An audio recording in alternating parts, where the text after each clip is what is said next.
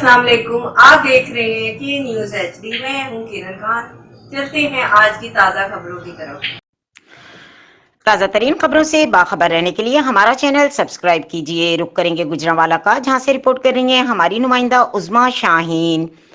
گوجرانوالہ کی کمزور انتظامیہ اور غیر ذمہ دارانہ ویسٹ مینجمنٹ کمپنی کی طرف سے صفائی کا مناسب انتظام نہ ہونے کی وجہ سے ہر طرف کوڑا کرکٹ کے ڈھیر لگے ہوئے ہیں۔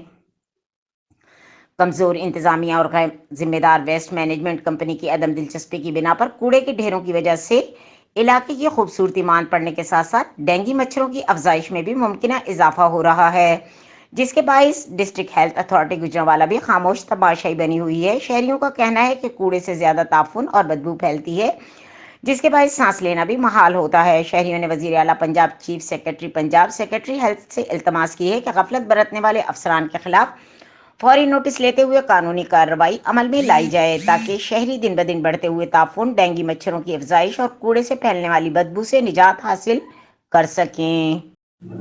مزید خبروں اور اپڈیٹس کے لیے ہمارے ساتھ رہیے۔ تب تک کے لیے اپنا خیال رکھیں۔ اللہ حافظ۔